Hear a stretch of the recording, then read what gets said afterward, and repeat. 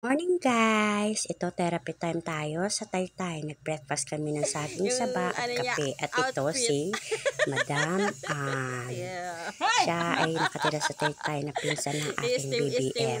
At ito nagpapa-steam siya kasi medyo masakit ang kanyang tuhod na pinaproblema niya nung nakaraang linggo.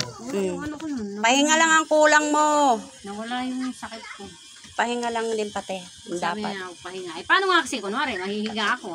May bumibili. Bili. Bising-busy Kayo sa... na naman ako. Bising-busy. Paano ako makatulog? Totoo yan. Sinarado ko na. Ang mami, kasi maraming pinag-aaral. Bibili. Kaya nga. Ayan ang mga tindahan. Kaya magbibigay ng time sa katawan. Ganyan talaga. Pag natapos na mag-aral, magtrabaho naman. Sana hayahay na ako no, pag tapos na sila. Oo, hayahay na yan. Pag tapos na sila. Kailangan talaga natin maghanap buhay eh. Kaya dapat may itatabi ka rin kasi hindi mo alam kung anong bukas nila. Mamaya wala rin. O, di, Totoo. inubos mo pa lahat sa kanila pero ikaw, nga. Nga. Dapat meron din sa'yo kahit papanong naitabi para sa sarili. Totoo yan.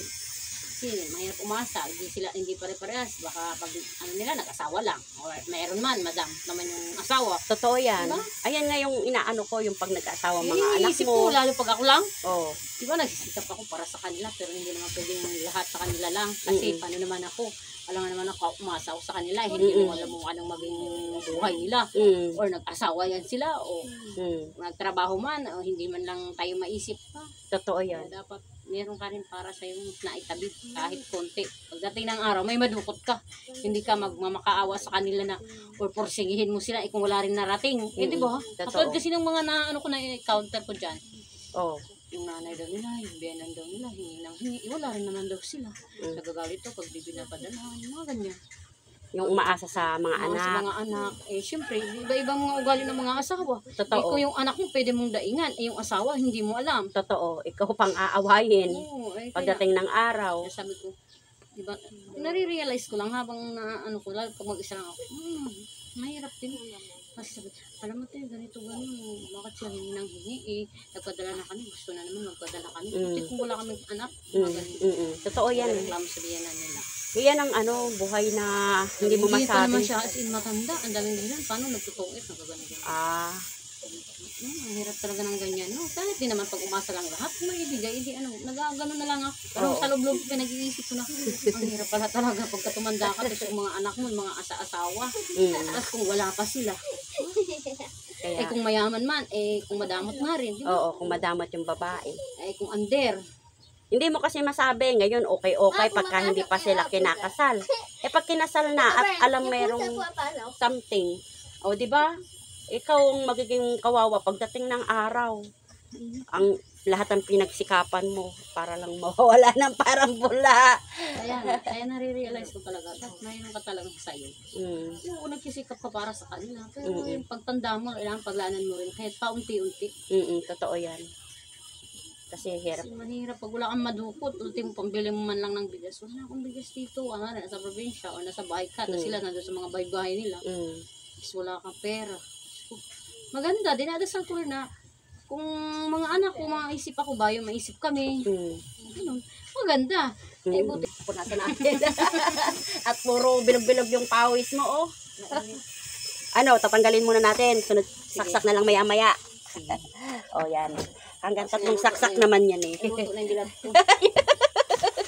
Ngayon Makati na masakit na iwan. Ganyan talaga.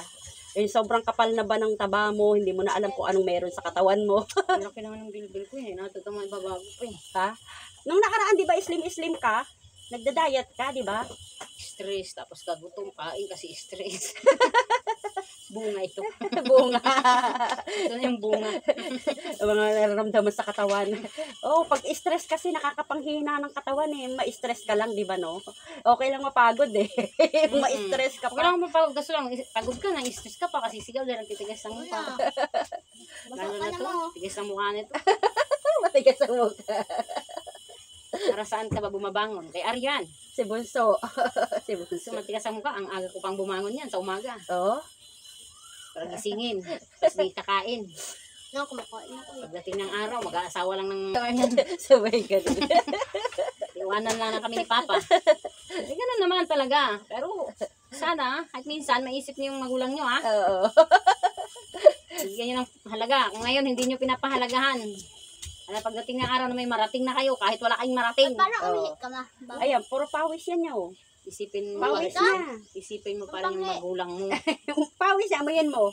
Pag naano ka ng lalaki mo, ay, mama mo, bakit pangit mo? Bigyan ng pera yun. Mga ganun. Oo, may ganun nga. Yung sa barangay ng mama mo. Yan, o tapos ikaw, mahal mo yung lalaki. O di makikinig ka. Kaya nga, yan yung si mama. Pero yung iba kahit gaano kasama yung ugali ng nanay nila, Walang may sakit. mama niya pa rin yan. Totoo yan. Iniisip niya pa rin. Dahil naman kay mama, na ganito ako. O, dahil naman kay papa, narating namin yung ganito. O, ganun. Hindi marunong lumingon kasi mayaman na. Tapos yung mama niya nagmumukhang ewan. Totoo yan, Hindi no? na papuntahin sa bahay nila. Sana lang, may marating. Kasi yung mga tamad, walang mararating yan. Totoo yan. Puro mamaya lang, mamaya. Ay, mamaya lang magtatrabaho, may bigas pa dyan. Oo. Ganun, tamad, may marating. Alam mo yung mga mayayaman, kahit mayaman na sila, todo sikap, todo kayod. Uy, hindi naman ganun eh. Hindi ka ganon? Hindi ka mayaman? Hindi kasi ganun yung mga mayayaman. Ano hindi mo Ano? alam. Yung mayayaman nasusungit sa mga mahihirap. Oh? Na hindi, masama Anong yun. masusungit? Masama yun. Paano masusungit yung mga mayayaman? Hindi na mamansin. Hindi naman. Depende na yun sa tao. Hindi na mamimigay ng pera doon. Ay, hindi pwedeng mamigay. Hindi naman pamimigay yan. Pinaghirapan nila, tapos ipamimigay. Ano ka? Hindi naman dapat ipamimigay yung pera. Kung sa magulang mo, pwede. Eh kung sa ibang tao, dahil mahirap sila ipamigay mo, hindi. Hindi dapat yun. Ba't sila namimigay? Magsikap sila. Pag may blessing sila, pero hindi araw-araw or maya-maya. May time lang na mamigay sila. Kunwari, Pasko or may blessing sila natanggap. Pwede. So, share your blessing. Oo, ganon. Pero hindi yung araw-araw. Kasi nakita mo mahirap ng isa, o di bigyan mo rin. Ang isa rin, o di nga ka na. Yung iba yun, mga vlogger, trabaho nila yun. Kasi marami silang views, tatanggap. nakikita. Oo. O, tao ang nag-ano no, nagbibigay. Kaya pagka... Sabi nila, pag tinulungan mo daw yung mahirap, tapos pag naging mayaman yung mahirap, tapos naging mahirap ka, bibigyan ka ng pera. Kung makaalala yung mahirap na binigyan mo, bibigyan kang pera. Eh kung hindi ka maalala, sino ba yung nagbigay sa akin ng 5? Yung Panginoon naman, marunong yun kung anong klaseng tao ka.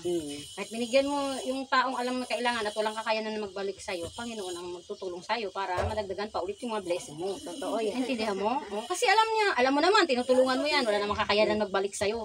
Panginoon ang magbabalik sa'yo, doble-doble pa. At may bumibili, pagbilhan mo na, para may blessing tayo. Pagbilhan. Gano'n yung Tet. Lagyan mo sa utak mo.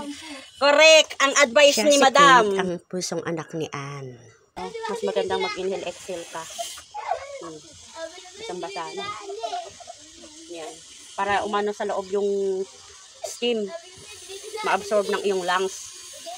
Pagkatapos ng Yung steam ni stomach. Madam, Yung ito, nag-therapy din siya. Kaya ito, okay ng kanyang pakiramdam. Medyo nag-a-adjust pa ang katawan at magre-recover. Thank you sa pagtitiwala sa iyo, ha. At ingatan niyo po lagi ang inyong katawan at inyong pamilya. God bless you.